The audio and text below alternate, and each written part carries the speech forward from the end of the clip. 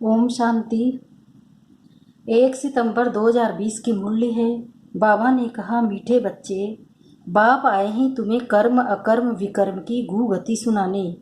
जब आत्मा और शरीर दोनों पवित्र हैं तो कर्म अकर्म होते हैं, पतित होने से विकर्म होते हैं। प्रश्न है, आत्मा पर जंक चढ़ने का कारण क्या है? कट चढ़ी हुई है तो उसकी निशानी क्या होगी? उत्तर, कट चढ़ने का कारण है विकार। पतित बनने से ही कट चढ़ती है। अगर अभी तक कट चढ़ी हुई हैं तो उन्हें पुरानी दुनिया की कशिश होती रहेगी। बुद्धि क्रिमिनल तरफ जाती रहेगी, याद में रह नहीं सकेंगे। ओम शांति। बच्चे इसका अर्थ तो समझ गए हैं। ओम शांति कहने से ये निश्चय हो जाता है कि हम आत्माएं यहाँ की रहवासी नहीं हैं, हम तो शांति धाम की रहवासी हैं। हमारा स्वधर्म शांत है। जब घर में रहते हैं फिर वहाँ आकर पाठ बजाते हैं, क्योंकि शरीर के साथ कर्म करना पड़ता है। कर्म होता है एक अच्छा दूसरा बुरा। कर्म बुरा होता है रावण राज्य में। रावण राज्य में सबके कर्म विकर्म बन गए। एक भी मनुष्य नहीं जिससे विकर्म न होता हो। मनुष्य तो समझते हैं साधु सन्यासी आदि से विकर्म नहीं हो सकता, क्योंकि वो पवित्र रहते हैं, सन्यास किया हुआ है। वास्तव में पवित्र किसको कहा जाता है ये बिल्कुल नहीं जानते। कहते भी हैं हम पवित्र हैं, पतित पावन को बुलाते हैं। जब तक वह न आए तब तक दुनिया पावन बन नहीं सकती। यहाँ ये पतित पुरानी दुनिया है, इसलिए पावन दुनिया को याद करते हैं। पावन दुनिया में जब जाएंगे तो पतित दुनिया को याद नहीं करेंगे। ये दुनिया ही अलग है। हर एक चीज नई फिर पुरानी होती है ना। नई दुनिया में एक भी पतित हो न सके। नई दुनिया का रचयिता परम पिता परमात्मा वही पतित पावन है। उनकी रचना भी जरूर पावन होनी चाहिए। पतित सो पावन, पावन सो पतित, ये बातें दुनिया में किसी की बुद्धि में बैठ न सके। कल्प कल्प बाप ही आकर समझाते हैं। तुम बच्चों में भी कई निश्चय बुद्धि होकर फिर संशय बुद्धि हो जाते हैं। माया एकदम हक पढ़ लेती है। तुम महारथी हो न, महारथियों को ही भाषण पर बुलाते हैं। महाराजाओं को भी समझाना है।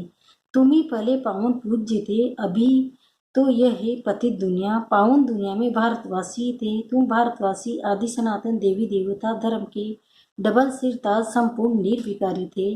महारथियों को तो ऐसे समझाना होगा ना, इस नशे से समझाना होता है। भगवान वाच, काम चिता पर बैठ सांवरे बन जाते हैं, फिर ज्ञान चिता पर बैठने से गोरा बनेंगे। अब जो भी समझाते हैं वह तो काम चिता पर बैठ न सके, परंतु ऐसे भी हैं जो औरों को समझाते समझाते काम चिता पर बैठ जाते हैं। आज ही समझाते कल विकार में गिर पड़ते। माया बड़ी जबरदस्त है, बात मत पूछो। औरों को समझाने वाले खुद काम चिता पर बैठ जाते हैं, फिर पछताते हैं ये क्या हुआ। बॉक्सिंग है ना, स्त्री को देखा और कशिश आई, काला मुंह कर दिया। माया बड़ी दुस्तर है। प्रतिज्ञा कर फिर गिरते हैं तो कितना सौ गुना दंड पड़ जाता है। वह तो जैसे शूद्र समान पतित हो गया। गाया भी जाता है, अमृत पीकर फिर बाहर में जाए दूसरों को सताते थे, गंद करते थे। ताली दो हाथ से बजती है, एक से तो बज न सके, दोनों खराब हो जाते हैं। फिर कोई तो समाचार देते, कोई फिर लज्जा के मारे समाचार भी नहीं देते। समझते हैं कहाँ ब्राह्मण कुल में नाम बदनाम न हो जाए। युद्ध में कोई हारते हैं तो हाहाकार हो जाता है। अरे इतने बड़े पहलवान को भी गिरा दिया, ऐसे बहुत एक्सीडेंट होते हैं। माया थप्पड़ मारती है, बहुत बड़ी मंजिल है ना। अब तुम बच्चे समझाते हो जो सतो प्रधान गोरे थे वही काम चिता पर बैठने से काले तमो प्रधान बने हैं। राम को भी काला बनाते हैं। चित्र तो बहुतों के काले बनाते हैं, परंतु मुख्य की बात समझाई जाती है। यहाँ भी रामचंद्र का काला चित्र है। उनसे पूछना चाहिए काला क्यों बनाया, कह देंगे ये तो ईश्वर की भावी है, ये तो चलता आता है, क्यों होता है क्या होता है ये कुछ नहीं जानते। अब तुमको बाप समझाते काम चिता पर बैठने से पतित दुखी वर्त नोटे पेनी बन जाते हैं। वह है निर्विकारी दुनिया, यह है विकारी दुनिया। तो ऐसे ऐसे समझाना चाहिए। यह सूर्यवंशी है, चंद्रवंशी फिर वैश्य वंशी बनना है। वाम मार्ग में आने से फिर वह देवता नहीं कहलाते। जगतनाथ के मंदिर के ऊपर में देवताओं का कुल दिखाते हैं। ड्रेस देवताओं की है, एक्टिविटी बड़ी गंदी दिखाते हैं। बाप जिन बातों पर अटेंशन खिंचवाते हैं ध्यान देना चाहिए। मंदिरों में बहुत सर्विस हो सकती है। श्रीनाथ द्वारे में भी समझा सकते हैं। पूछना चाहिए इनको काला क्यों बनाया है। ये समझाना तो बहुत अच्छा है। ये है गोल्डन एज, ये है आयरन एज। कट चढ़ जाती है ना। अभी तुम्हारी कट उतर रही है। जो याद नहीं करते तो कट भी नहीं उतरती। बहुत कट चढ़ी हुई होगी तो उनसे पुरानी दुनिया की कशिश होती रहेगी। सबसे बड़ी कट चढ़ती है विकारों की। पतित भी उनसे बने हैं। अपनी जांच करनी है। हमारी बुद्धि क्रिमिनल तरफ तो नहीं जाती है। अच्छे अच्छे फर्स्ट क्लास बच्चे भी फेल हो पड़ते हैं। अभी तुम बच्चों को ये समझ मिली है। मुख्य बात है पवित्रता की। शुरू से लेकर इस पर झगड़े चलते आए हैं। बाप ने ही ये युक्ति रची। तब सब कहते थे हम ज्ञान अमृत पीने जाते हैं। ज्ञान अमृत है ज्ञान सागर के पास। शास्त्र पढ़ने से कोई पतित से पावन नहीं बन सकते। पावन बन फिर पावन दुनिया में जाना है। यहाँ पावन बन फिर कहाँ जाएंगे। लोग समझते हैं फलाने ने मोक्ष को पाया। उनको क्या पता अगर मोक्ष को पा लिया फिर तो उनका क्रियाक्रम आदि भी नहीं कर सकते। कहाँ जोत आदि जगाते हैं कि उनको कोई तकलीफ न हो, अंधियारे में ठोकरे न खाए। आत्मा तो एक शरीर छोड़ दूसरा लेती है। एक सेकंड की बात है। अंधियारा फिर कहाँ से आया। ये रस्म चली आती है। तुम भी करते थे, अब कुछ नहीं करते हो। तुम जानते हो शरीर तो मिट्टी हो गया। वहाँ ऐसी रस्म रिवाज होती नहीं। आजकल रिद्धि सिद्धि की बातों में कुछ खा रखा नहीं है। समझो कोई को पंख आ जाते हैं, उड़ने लगते हैं। फिर क्या उससे फायदा क्या मिलेगा। बाप तो कहते हैं मुझे याद करो तो विकर्म विनाश होंगे। ये योग अग्नि है जिससे पतित से पावन बनेंगे। नॉलेज से धन मिलता है। योग से एवर हेल्दी पवित्र, ज्ञान से एवर वेल्दी धनवान बनते हैं। योगी की आयु हमेशा बड़ी होती है, भोगी की कम। कृष्ण को योगेश्वर कहते हैं। ईश्वर की याद से कृष्ण बना है। उनको स्वर्ग में योगेश्वर नहीं कहेंगे। वो तो प्रिंस है। फास्ट जन्म में ऐसा कर्म किया है जिससे ये बना है। कर्म अकर्म विकर्म की गति भी बाप ने समझाई है। आधा कल्पे राम राज्य, आधा कल्पे रावण राज्य। विकार में जाना ये है सबसे बड़ा पाप। सब भाई बहन है ना। तुम्हारे सब भाई भाई है। भगवान की संतान होकर फिर क्रिमिनल एसाल्ट कैसे करते हैं। हम भी के विकार में जा नहीं सकते। इस युक्ति से ही पवित्र रह सकते हैं। तुम जानते हो अभी रावण राज्य खत्म होता है फिर एक आत्मा पवित्र बन जाती है। उसको कहा जाता है घर घर में सोच रहा। तुम्हारी जोत जगी हुई है। ज्ञान का तीसरा नेत्र मिला है। सत्युग में सब पवित्र ही रहते हैं। ये भी तुम अभी समझते हो। दूसरों को समझाने की बच्चों में नंबरवार ताकत रहती है। नंबरवार याद में रहते हैं। राजधानी कैसे स्थापन होती है कोई की बुद्धि में ये नहीं होगा।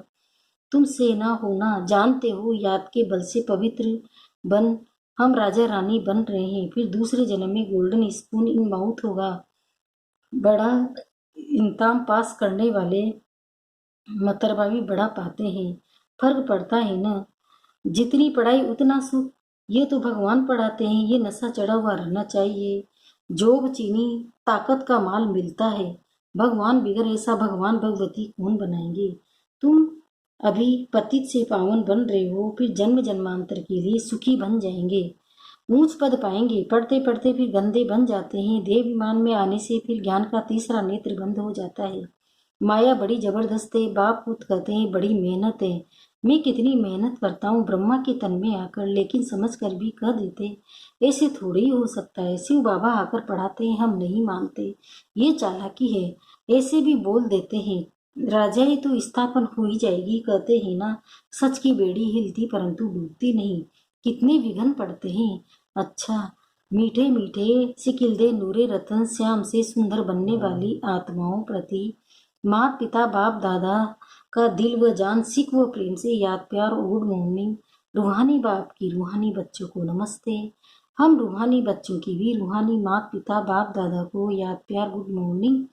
नमस्ते नमस्ते नमस्ते। धारणा के लिए मुख्य सहारे पहला है योग की अग्नि से विकारों की कट को उतारना है। अपनी जांच करनी है कि हमारी बुद्धि क्रिमिनल तरफ तो नहीं जाती है। दूसरा है निश्चय बुद्धि बनने के बाद फिर कभी किसी भी बात में संशय नहीं उठाना है। विकर्मों से बचने के लिए कोई भी कर्म अपने स्वधर्म में स्थित होकर बाप की याद में करना है। वरदान सर्व प्राप्तियों के अनुभव द्वारा पावरफुल बनने वाले सदा सफलता मूर्त भव। जो सर्व प्राप्तियों के अनुभवी मूर्त हैं वही पावरफुल है। ऐसी पावरफुल सर्व प्राप्तियों की अनुभवी आत्माएं ही सफलता मूर्त बन सकती है। क्योंकि अभी सर्व आत्माएं ढूंढेगी कि सुख शांति के मास्टर दाता कहाँ हैं। तो जब आपके पास सर्व शक्तियों का स्टॉक होगा तब तो सबको संतुष्ट कर सकेंगे। जैसे आजकल एक ही स्टोर से सब चीजें मिल जाती है, ऐसे आपको भी बनना है। ऐसे नहीं सहन सकती हो सामना करने की नहीं, सर्व शक्तियों का स्टॉक चाहिए, तब सफलता मूर्त बन सकेंगे। स्लोगन मर्यादाई ब्राह्मण जीवन की कदम है, कदम पर कदम रखना माना मंजिल के समीप पहुंचना। मातेश्वरी जी के महावाक्य हैं, पुरुषार्थ और प्रारब्ध का बना हुआ अनादि ड्रामा। मातेश्वरी जी पुरुषार्थ और प्रारब्ध की दो चीजें हैं। पुरुषार्थ से प्रारब्ध बनती हैं, ये है अनादि सृष्टि का चक्र फिरता रहता है। जो आदि सनातन भारतवासी पूज्य थे वही पुजारी बने, फिर वही पुजारी पुरुषार्थ कर पूज्य बनेंगे। ये उतरना और चढ़ना अनादि ड्रामा का खेल बना हुआ है। जिज्ञासु मातेश्वरी मेरी भी ये प्रश्न उठता है कि जब ये ड्रामा ऐसा बना हुआ है तो फिर अगर ऊपर चढ़ना होगा तो आप ही चढ़ेंगे, फिर पुरुषार्थ करने का फायदा ही क्या हुआ। जो चढ़ेंगे फिर भी गिरेंगे, फिर इतना पुरुषार्थ ही क्यों करें। मातेश्वरी आपका कहना है कि ड्रामा हूँ बहू रिपीट होता तो क्या ऑलमाइटी परमात्मा सदा ऐसे खेल को देख खुद थकता नहीं है। जैसे 4 ऋतु में सर्दी गर्मी आदि फर्क रहता है, तो क्या इस खेल में फर्क नहीं पड़ेगा। मातेश्वरी बस यही दो खूबी है इस ड्रामा की, हूँ बहू रिपीट होता है, और इस ड्रामा में और भी खूबी है जो रिपीट होते भी नित्य नया लगता है। पहले तो अपने को भी ये शिक्षा नहीं थी, लेकिन जब नॉलेज मिली है तो जो भी सेकंड बाय सेकंड चलता है भल हूँ बहू कल पहले वाला चलता है। परंतु जब उनको साक्षी समझ देखते हैं तो नित्य नया समझते हैं।